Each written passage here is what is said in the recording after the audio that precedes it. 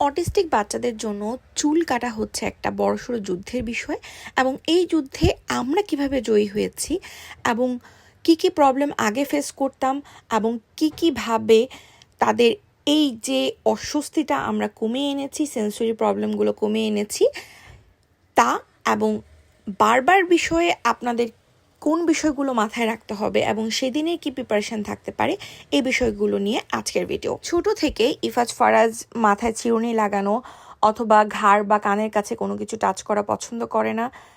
তারপর hair dryer, blow dryer এবং ট্রিমারের শব্দে তারা ভয় পায়। আর এই জন্য বাসা এবং বারবার সব কোথাও তাদেরকে চুল কাটানো সম্ভব হতো না। আমরা অনেকভাবে চেষ্টা করেছি, তখন ফোন দিয়ে, ওদের পছন্দের সব জিনিস দিয়ে, খেলনা দিয়ে কোনোভাবেই কোনো কিছু পসিবল না, কারণ ওগুলোর দিকে তখন তাদের কোনো নজরই থাকতো না। তারা শুধু লাথি দিত, খামচি দিত আর এত কান্না করতো, কান্না করতে করতে দুজনই বমি করে দিত। মানে ইফাজকে চুল কাটানো মানে হচ্ছে সেদিন সারা ঘরে বমি, মানে ও কান্না করলেই বমি করে দেয়। আর সাথে ফারাজও, কিন্তু ইফাজ অতিরিক্ত বমি করতো কান্না করলেই।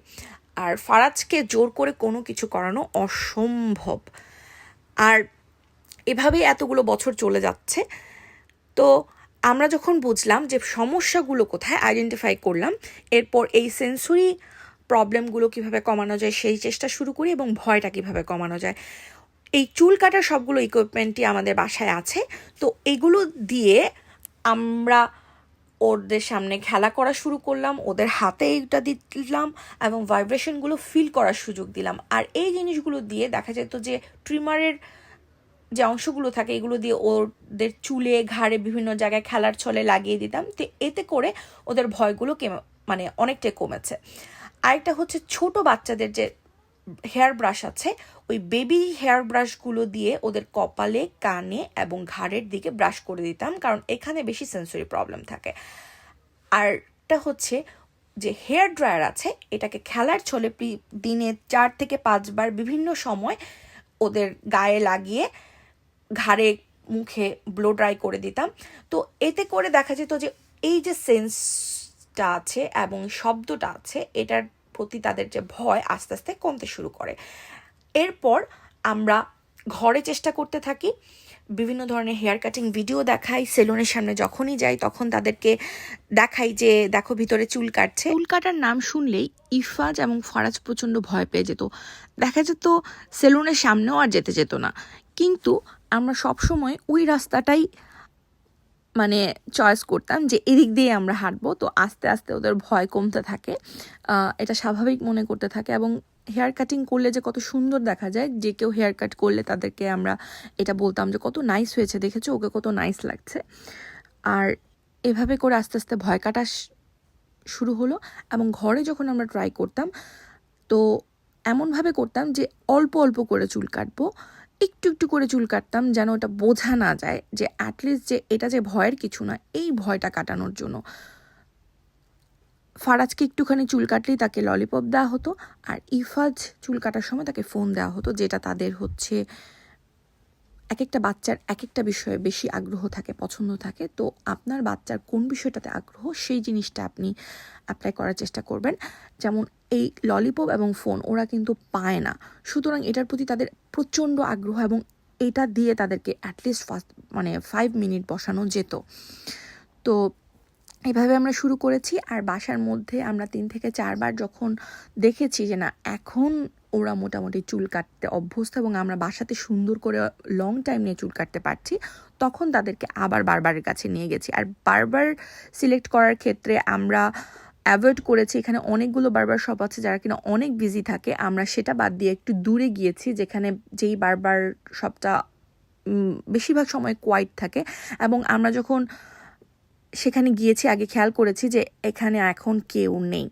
আর ইফাজ ফারাজকে সেদিনের আগের দিন থেকেই আমরা তাদেরকে কাউন্সিলিং করা শুরু করেছি, আমাদের হেয়ার কাট করবো, অনেক নাইস লাগবে, টিচার তোমাকে অনেক নাইস বলবে, মামা তোমাকে একটা স্টিকার দিব, তুমি যদি এটা করতে পারো তাহলে আমরা এটা করব, বিভিন্ন ধরনের কথাবার্তা। তো তারা যখন বুঝেছি যে না আমাদের কথায় রাজি হচ্ছে, তখন আমরা নেক্সট স্টেপ নিয়েছি, সেই বারবার শপে গিয়েছি।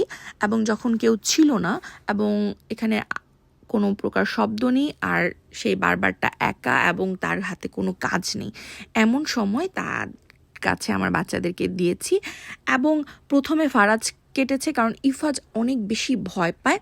তো ফারাজ কখন ললিপপ খাবে সেই চিন্তায় তো তার মানে খুবই এক্সাইটেড ছিল।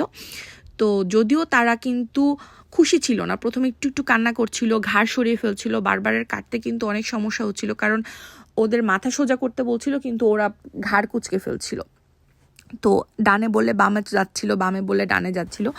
তো তারপরও আমরা ওই বারবারের সাথে খুব শান্ত গলায় কথা বলছিলাম, তাকে বোঝানোর চেষ্টা করছিলাম যে আমার বাচ্চারা অনেক সেন্সিটিভ, তো তুমি একটু ধৈর্য ধরে কাজটা করো, আর চেষ্টা করবে প্রথম দিকে তুমি চুলটা ছোট করে ফেলতে, এরপর যদি তারা অ্যালাউ করে আস্তে আস্তে নাইস হেয়ার কাট দেওয়ার চেষ্টা করবে, কিন্তু তোমার টার্গেট থাকবে যত তাড়াতাড়ি সম্ভব তুমি শেষ করতে পারো। তো বারবার আলহামদুলিল্লাহ সে ভালো ছিল, আমাদের বিষয়টা বুঝতে পেরেছে।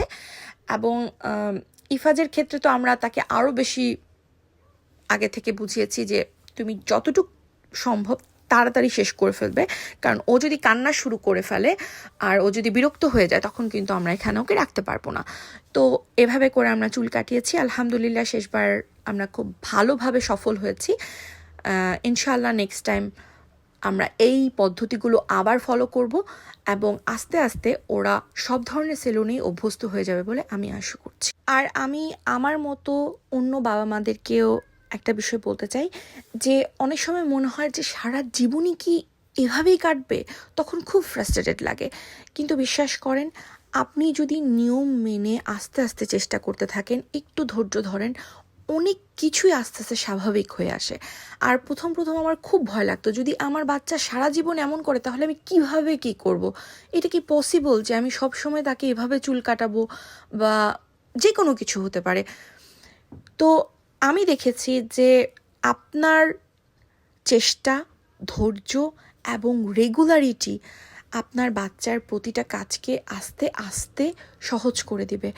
আর আপনার বাচ্চা কিন্তু স্ট্রাগল করছে, ওর কিন্তু কষ্ট হচ্ছে, এটা কিন্তু শুধুমাত্র রাগ অথবা জেদ না, এই সেন্সরি ইস্যুগুলো ওরকে অনেক বেশি কষ্ট দেয়।